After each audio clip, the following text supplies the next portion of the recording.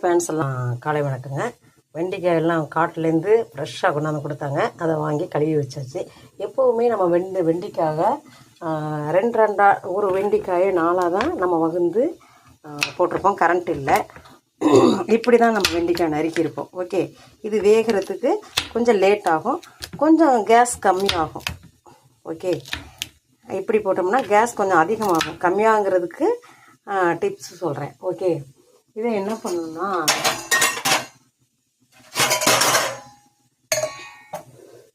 இந்த காயை வீடியோஸ் எடுக்க ஆள் இல்லைங்க, அதனால தாங்க, அதனால் கோச்சிக்காதீங்க. இதை எப்படின்னா 2ஆக வகுறணும், வகுந்துட்டு காட்டுறேன். வெண்டைக்காய் முழுசாக அப்படி கட் பண்ணோம்னா வேகிறதுக்கு லேட் ஆகும். நம்ம இப்போ பரபரப்பான உலகத்தில். ஓகே, அதனால் இப்போ இப்படி 2ஆக போட்டோம்னா கேஸ் மிச்சமாகும், சீக்கிரமும் வேகும். இதை வரைச்சட்டியில் நம்ம வணக்கிறோம். ஓகே, வெண்டைக்காய் புளிக்குழம்பு.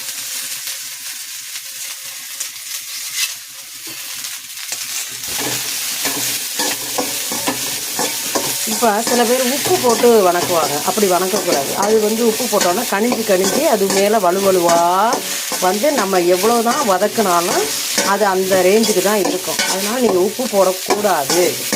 சும்மாவே இப்படி வரைச்சிக்கல 2ஆக வகுந்து நம்ம இந்த மாதிரி பண்ணோம்னா சீக்கிரம் வெந்துடும். சீக்கிரம் குழம்பு வச்சுட்டு நம்ம டியூட்டிக்கு போகிறோன்னா நம்ம போகலாம். ஓகே, இல்லத்தரசிகளுக்கு அருமையான ஒரு டிப்ஸு புளிக்குழம்பு, வெண்டைக்காய் புளிக்குழம்பு. அதுக்கு வெங்காயம் நறுக்கி வச்சுக்கேன். ஓகே, எதையுமே ரெஸ்க் எடுக்கக்கூடாது. ஓகே, எல்லாமே டக்குன்னு எல்லாமே நம்ம ரெடி பண்ணிக்கலாம். ஓகே, இந்த பாருங்கள், வெள்ளைப்பூடு இடித்து வச்சுருக்கேன். ஓகே, இதில் என்னென்னா எண்ணெய் ஊற்றி வெந்தயம் போட்டு, சரிங்களா, தக்காளி வெங்காயம் வெள்ளைப்பூடு தேவைப்பட்டால் இஞ்சி போட்டு நல்லா வணக்கணும்.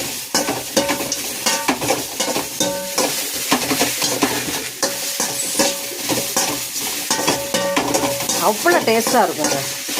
அப்படியே மீன் குழம்பு மாதிரி தேனாக இருக்கும். ஓகே, பார்த்தீங்களா, சீக்கிரம் வதங்கிடுச்சுங்களா?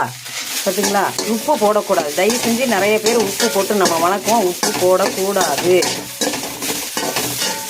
பாருங்கள், மீன் மாதிரி வகுந்துடணும். ஐர மீன் மாதிரி இருக்கா, இது மீன் குழம்பு வைக்கிற மாதிரி தான். ஓகே, ஃபுல் வீடியோஸில் பார்ப்போம். நல்லா தான் கருகிருச்சுங்களா?